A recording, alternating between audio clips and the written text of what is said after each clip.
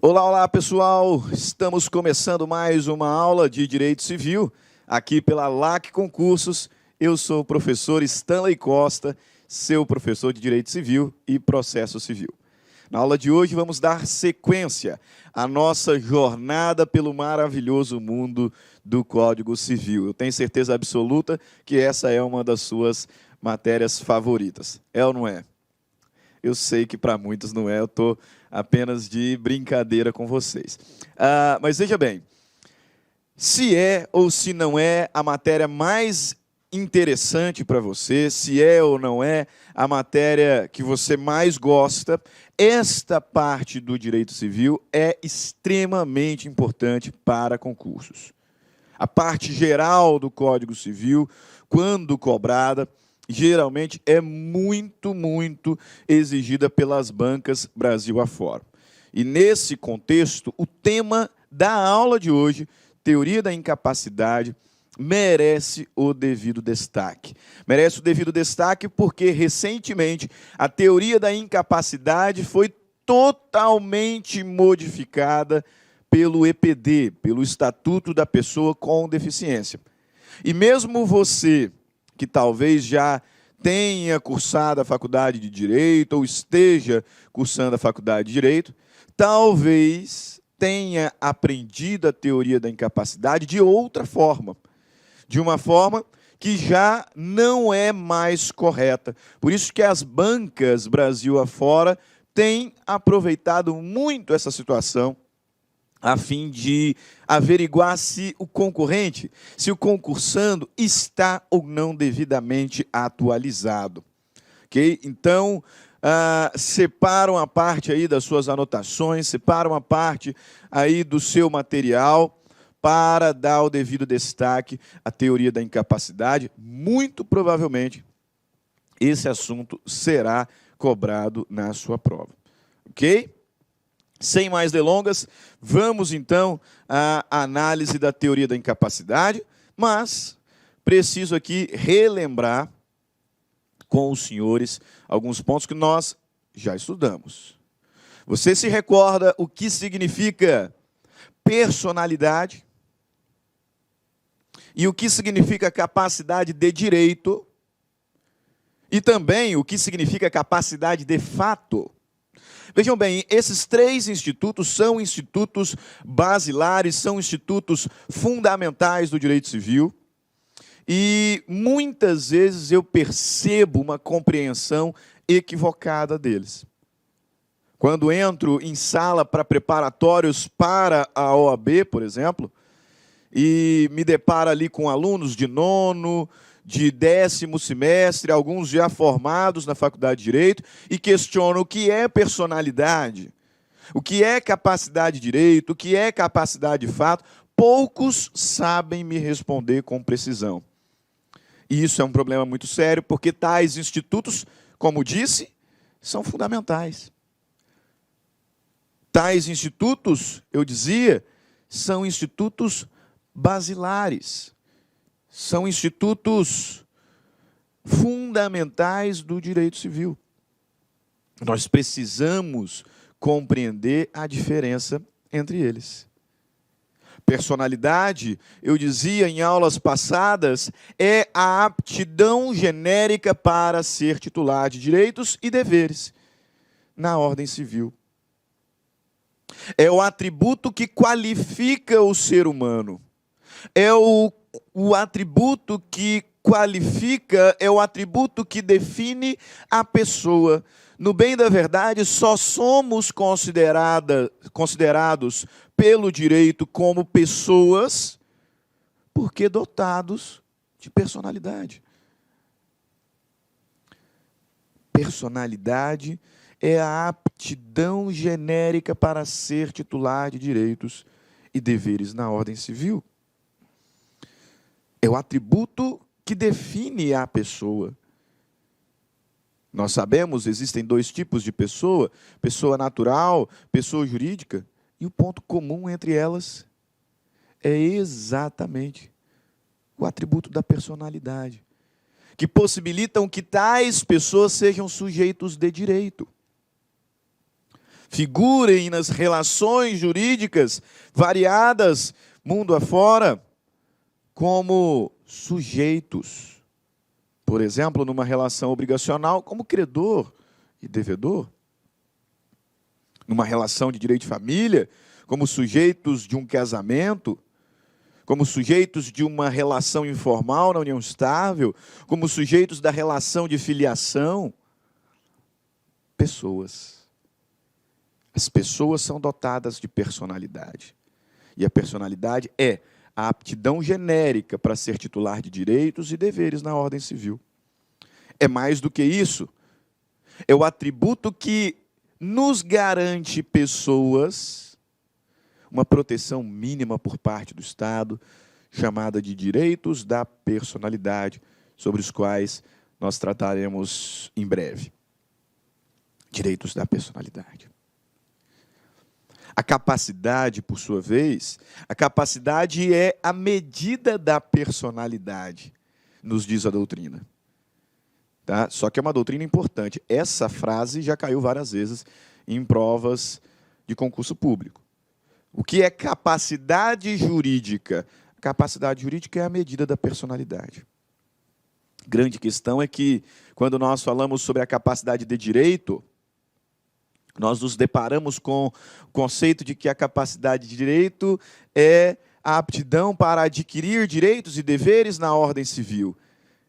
E aí, a partir deste conceito, muitos doutrinadores chegam a afirmar que personalidade e capacidade de direitos são expressões correlatas, que são sinônimas. Data máxima vênia, discordo.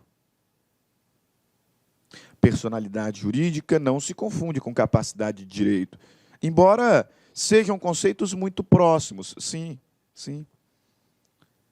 E muito embora todo aquele que tenha personalidade tenha capacidade de direito. É isso que o artigo 1º do Código Civil nos diz. Percebam, além dos conceitos serem extremamente semelhantes, o Código Civil, no artigo 1º, nos diz que toda pessoa é capaz. Portanto, toda pessoa, ou seja, todo aquele que tem personalidade, todo aquele que tem personalidade é capaz de direitos e deveres na ordem civil. Ou seja, tem capacidade de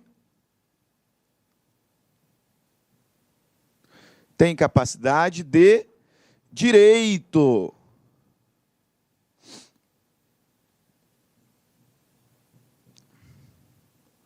Tem capacidade de direito. Todo aquele que tem personalidade também tem capacidade de direito. Então, professor, como é que você me fala que esses institutos não são sinônimos, não significam a mesma coisa? Porque a recíproca não é verdadeira. De fato, toda pessoa é capaz. Todo aquele que tem personalidade também tem capacidade. Mas a recíproca não é verdadeira.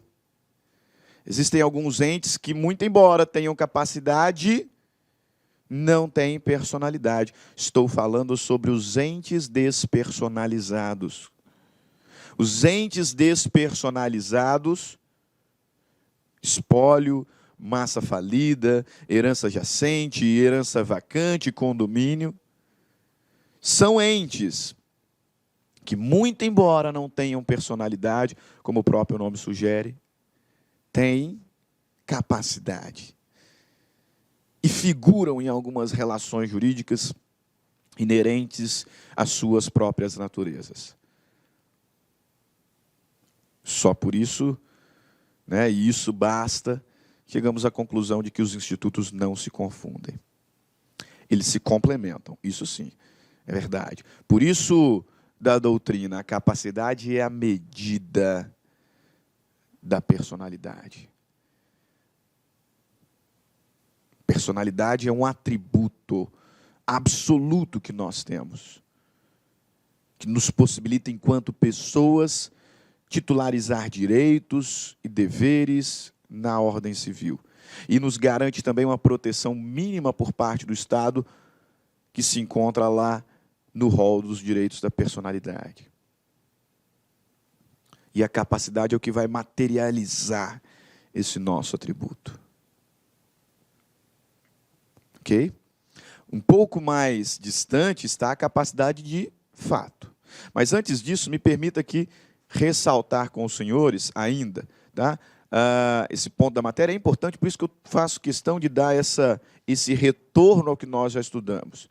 Tá? É muito importante, porque talvez falando de outra forma, você consiga compreender em definitivo. Artigo 2º nos diz que a personalidade civil começa do nascimento com vida. Mas a lei põe a salvo, desde a concepção, os direitos do nascituro. Né? Por isso eu falava na aula passada, esse artigo é extremamente controverso, para não dizer contraditório, porque a primeira parte do artigo nos induz para uma teoria que é natalista. Personalidade começa do nascimento com vida. E a segunda parte nos induz para uma corrente que é concepcionista. Personalidade começa da concepção. E aí, na aula passada, nós falamos sobre as 3 teorias, teoria natalista, teoria concepcionista, teoria da personalidade condicional, e disse para os senhores, se cair na sua prova desse jeito, qual é a teoria adotada pelo Código Civil? Ou sobre o início da personalidade, o que nos diz o ordenamento jurídico? Você vai caminhar para a natalista. Você vai afirmar que a personalidade começa do nascimento. Mas, se a sua prova estiver relacionada aos direitos do nascituro, que são muitos, aí você vai para a teoria concepcionista. Ok? Você vai marcar natalista apenas se a questão estiver diretamente relacionada com as teorias do início da personalidade. Porque, normalmente, no seu enunciado virá conforme o ordenamento jurídico, de acordo com o Código Civil. E aí o artigo 2º é de clareza solar, né? A personalidade começa no nascimento, com vida. O que acontece é que quando nós nos aprofundamos um pouco mais, percebemos que não é bem assim. Por isso que jurisprudencialmente me parece notório que a teoria concepcionista prevalece. Afinal, muitos são os direitos, inclusive direitos de personalidade, titularizados pelo nascituro. Integridade física, integridade moral, direito à integridade pré-natal, direito a alimentos, direito à reparação de dano moral, isso tudo nós vimos na aula passada. Mas veja bem, separei aqui esse quadrinho para identificar o seguinte. Com relação à personalidade,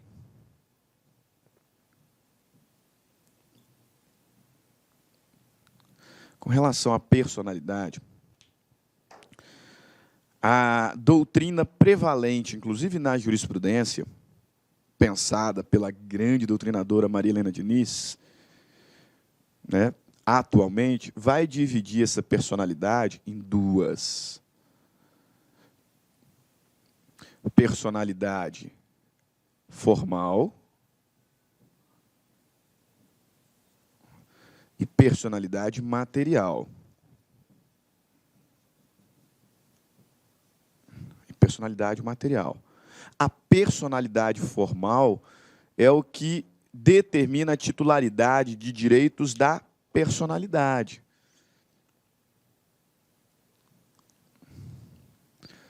Direitos da personalidade, direitos extrapatrimoniais. E a personalidade material é o que possibilita a titularidade de direitos extrapatrimoniais. Ou melhor, deixa-me ajeitar aqui. Personalidade formal é o que atribui a possibilidade de titularizar direitos da personalidade, direitos extrapatrimoniais. A personalidade material está relacionada à titularidade de direitos patrimoniais. Direitos patrimoniais. E aí o que nós temos de mais pacífico na jurisprudência, na doutrina, é que essa personalidade formal, direitos extrapatrimoniais, esta personalidade começa da concepção.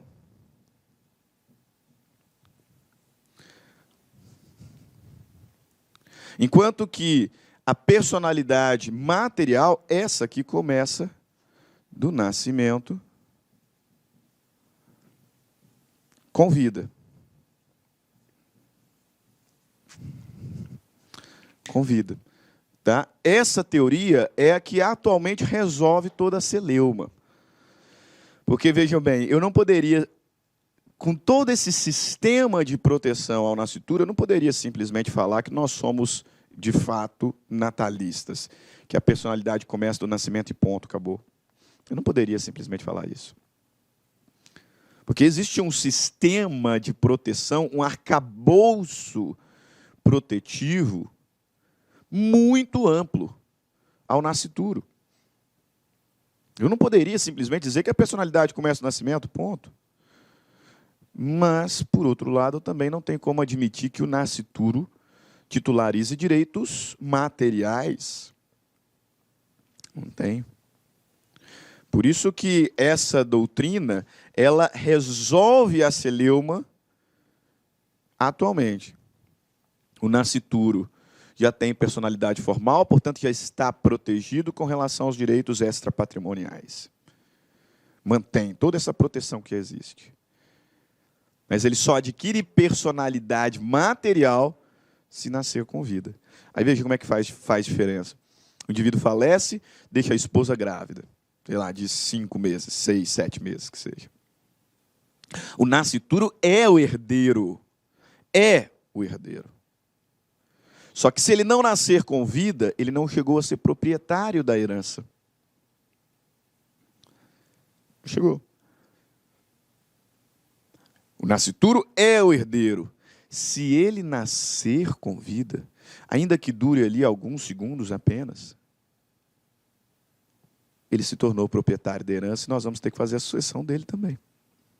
Eu costumo, mencionar nas minhas aulas de direito das sucessões, um exemplo bem escrachado para você perceber como faz diferença essa divisão da personalidade idealizada pela Maria Helena Diniz. Observe, imagina a situação seguinte, eu tenho lá um indivíduo A, que não tem nenhum filho, não tem nenhum descendente, nunca teve. Os seus pais estão vivos. Seus pais estão vivos. Seus pais estão vivos. E ele é muito bem sucedido, profissionalmente, muito patrimônio. Certa feita ele vai numa festa de carnaval e encontra lá uma moça, sei lá, chamada Maria. Encontra lá uma moça chamada Maria, que nunca havia visto. Tá? Não são nem colegas, mas lá, conversa vai, conversa vem, se relacionaram sexualmente e a Maria engravidou. A Maria engravidou.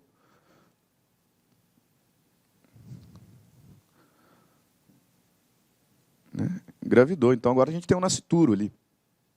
E aí acontece que, dias mais tarde, o A morre. Quem é o herdeiro? O nascituro. Na ordem de vocação hereditária do artigo 1829, na ordem hereditária do artigo 1829, primeiro chama os descendentes, em concorrência com o cônjuge. Ele não vivia em uma relação matrimonial, não vivia em uma união estável, portanto, não tem cônjuge nem companheira. 100% para o descendente, o nascituro, é o herdeiro. O legislador diz que o nascituro herda. Que o nascituro é herdeiro legítimo. 100%. Ele já é o herdeiro porque ele tem personalidade formal. Já é. Só que se ele não nascer com vida, muito embora fosse o herdeiro legítimo da primeira classe de chamamento, não chegou a ser proprietário da herança, se ele não nascer com vida. De modo que a herança de A vai para os seus pais. 50% para o pai e 50% para a mãe. Diferentemente, se o nascituro nascer com vida, respirou, imagina lá que no 8º mês, Maria teve complicações sérias na sua gestação, e aí teve que ser levada às pressas para o hospital, fez o parto e o bebê morreu. Só que fazendo ali os exames, a famosa docimasia hidrostática de Galeno, fazendo ali os exames, percebeu-se que o bebê, agora morto, nasceu com vida. Ele chegou a respirar. No momento em que esse nascituro nasceu com vida, ele adquiriu personalidade material. No momento em que ele nasceu com vida, ele deixou de ser apenas um herdeiro e se tornou proprietário da herança. Ele nasceu com vida, proprietário da herança. E ao morrer logo depois, a herança que ele herdou e se tornou proprietário vai para sua mãe. 100%. E todo o patrimônio desse sujeito aqui, que... Olá, meus amigos, minhas amigas, eu sou o professor Lac. Inicialmente eu peço licença para vocês, eu peço desculpa, pois eu interrompi os seus estudos, mas o propósito desse vídeo no YouTube ele é para divulgar o nosso trabalho, para que o aluno se depare com os nossos professores, com a nossa metodologia. Papo sério, esse curso nosso aqui é super atualizado, ele é ponto a ponto do edital. Esse curso aqui você pode ter absoluta certeza que aqui você vai conseguir adquirir todo o conhecimento necessário suficiente para aprovação. Essa aula representa apenas 30% da aula, 30% da aula. Se você quiser assistir os 70% restante, quer ter o PDF dessa videoaula, se você deseja ainda, estudar pelo nosso Personal Coach, que é a nossa metodologia, investimento, olha só, super promoção, não tem desculpa, apenas uma parcela de R$ 159,90. Vai ser o seu melhor investimento, vai ser um excelente custo-benefício, a aprendizagem que você vai ter. E, como disse, aqui tem um conteúdo necessário para que você seja aprovado no concurso do Tribunal de Justiça do Estado de São Paulo para o cargo de oficial de justiça. Então, eu espero vocês aqui na LAC. Valeu! Tchau, tchau!